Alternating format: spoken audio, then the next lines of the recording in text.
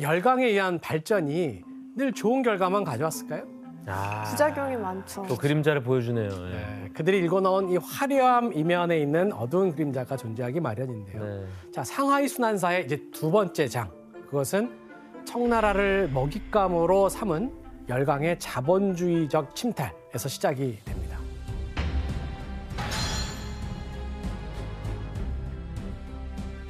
당시 청은 청일전쟁 이후에 일본한테 졌으니까 배상금을 지불해야 되잖아요.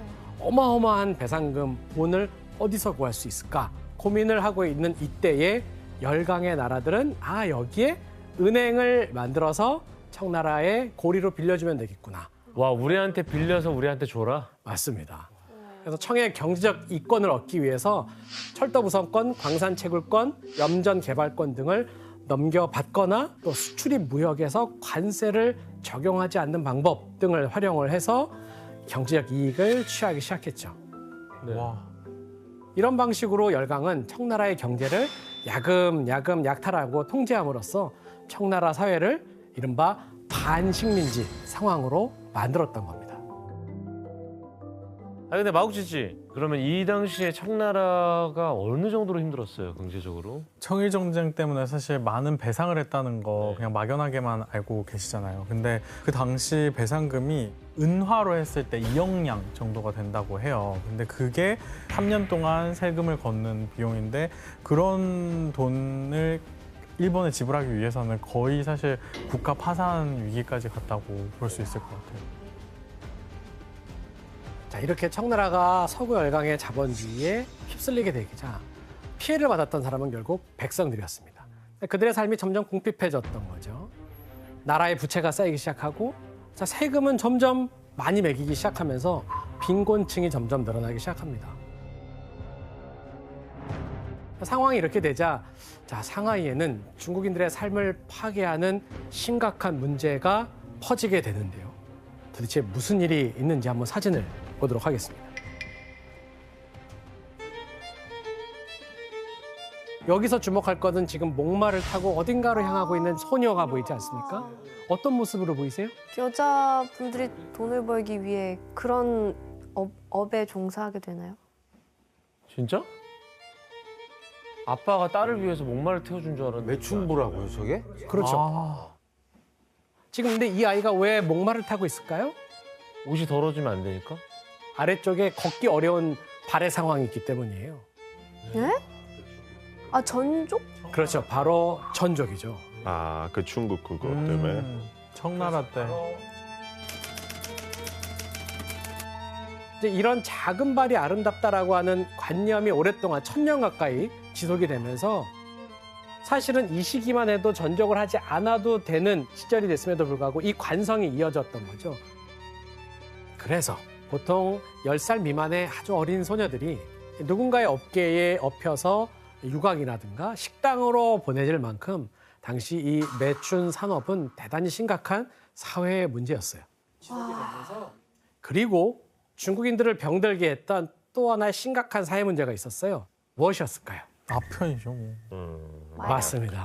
아편입니다.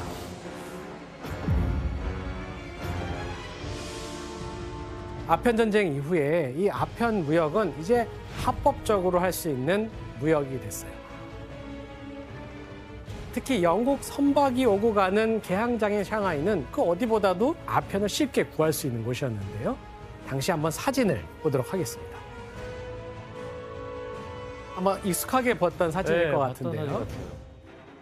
1900년대 상하이에는 최대 1,700여 개의 아편굴이 있었고요. 이 화려한 도시 뒤에 있는 중국인들이 가난한 아편 중독자로 조금씩 전락해가고 있는 모습을 볼 수가 있죠. 아편 중독자 중에는 도시의 하층민 노동자가 많았습니다. 대부분이 이 외국인들의 수발을 드는 인력거꾼들이 많았고요. 수레꾼, 공장일 등으로 돈을 벌고 있는 사람들이었죠. 이 조계 내에서 굉장히 부당한 대우를 받고 있었기 때문인데요.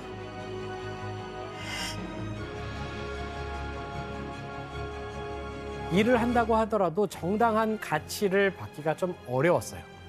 그래서 아무리 일을 많이 하고 해도 이 빈민가를 벗어날 수가 없었다 그래요.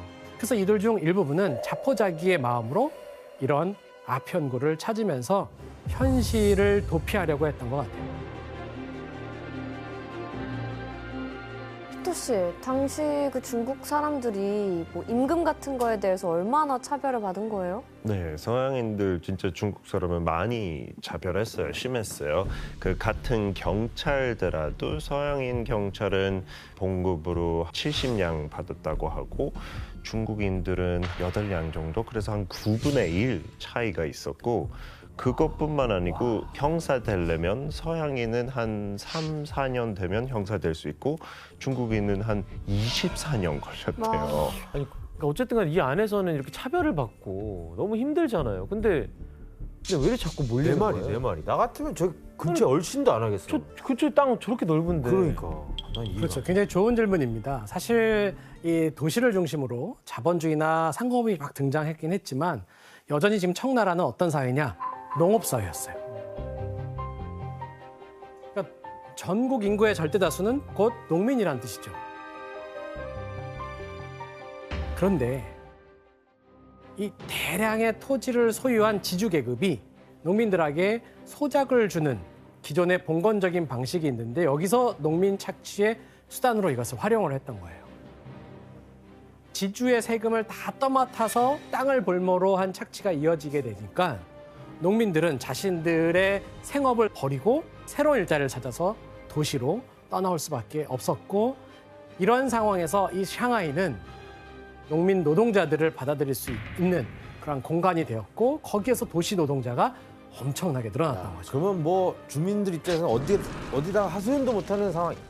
자국민도 확대하고 여기 가면 또 여기도 천대받고 뭐 그랬던 시기네. 맞아요. 바로 이제 그 문제인데요.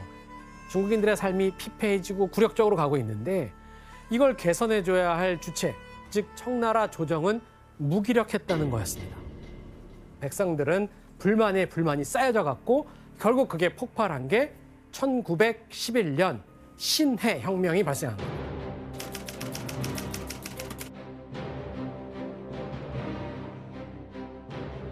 분노한 사람들은 들풀처럼 막 일어나기 시작하고요. 이로써 거의 300년에 가까운 역사를 지닌 청나라가 멸망하게 됩니다. 그리고 1912년에 새로운 근대 국가를 만들자라고 하는 목표를 진 중화민국이 탄생하게 된 겁니다.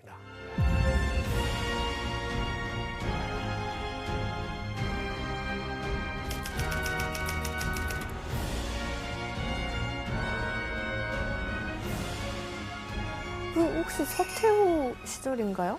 바로 그 서태후 시절에 발생했던 현상들이죠. 야 이게 우리가 배웠던 게 다 섞여 들어가기 시작하네요. 그러세요? 오늘 이 내용에 몇 편이 섞여 들어가기 시작했어요. 이제 오버랩이 되기 시작하죠. 네. 너무 혼란스러워요. 자, 그런데요. 이 중화민국은 근대적 정치 체계를 이룰 만한 주체 세력을 가지고 있지를 못하게 됩니다. 진짜. 그러면서 새로운 주도 세력이 형성돼야 되는데 안 되니까 점점 혼란함은 많아지게 됐던 거죠. 그래서 중국 각 지방에서는 권력을 장악하기 위해서 당장 누가 등장하기 시작하냐? 바로 군인이에요, 군인.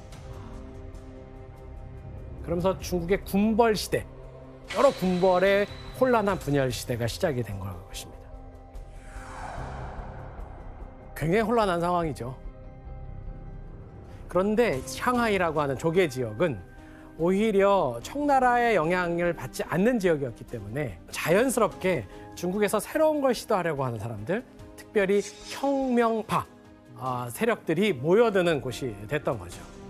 때문에 중국인들은 이 샹하이 조개를 안전하면서도 자유로운 땅이라고 하는 인식이 생기게 되고 이로 인해서 또 한 번 중국인들은 샹하이로 모여들게 됩니다. 자, 그래서 조개 영역도 확대가 되는데요. 한번 지도를 한번 보겠습니다. 19년. 뭐야? 어이? 엄청 커졌다. 네, 맞습니다. 거의 한 20배? 20배 정도 넓어. 거의 정확합니다. 1914년 샹하이의 조개는 이전에 비해서 대략 15배 조개가 늘어났어요. 저희 근데 너무 계속 궁금한 게 조개는 어떻게 이렇게 계속 넓어지게 된 거예요? 청나라가 1911년 신해혁명을 통해서 멸망을 했고요. 새롭게 중화민국은 생겼는데 새로운 주도 세력은 없이 분열되고 있었죠. 그러니까 서구 열강에 대해서 조개에 대해서 거의 영향력을 미치지 못하고 그냥 내어주게 되는 상황이 벌어진 겁니다. 근데 그 당시에 상하이는 오히려 무역이 엄청나게 중요한 지역이었고 많은 외국인들은 투자를 하겠다가 들어오고 또 중국인들조차 이쪽은 자유로운 지역이라고 해서 들어왔던 거예요. 그러다 보니까 조개 지역은 서양인들과 일부 생각 있는 중국인들이 이해관계가 맞아떨어지면서 서서히 확산이 되고 통제 세력은 약한 상태. 이 상태에서 이렇게 늘어난 거죠. 아, 정부의 통제를 받고 싶지 않은 중국의 고위층도 그 일로 몰린 거예요? 엄청나게 많은 지식인들이 이쪽으로 모이게 됩니다. 자유로운 사상을 표현할 수 있는 안전지대라고 생각했기 때문이에요. 아니 근데 빗대 조개가 우리나라랑 뭐 관련이 있다면서요? 진짜 큰 관련돼 있어요. 뭐 어떻게? 그 프랑스 조개 쪽에 한국의 임시 정부가 세워졌어요. 저기에요.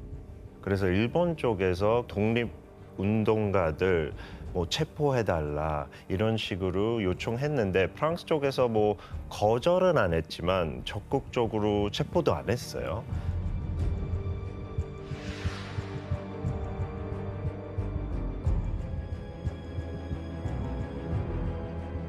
그래서 어떻게 보면 이 프랑스 조개지가 있었으니까 그 임시 정부가 계속 활동해 올 수 있었어요.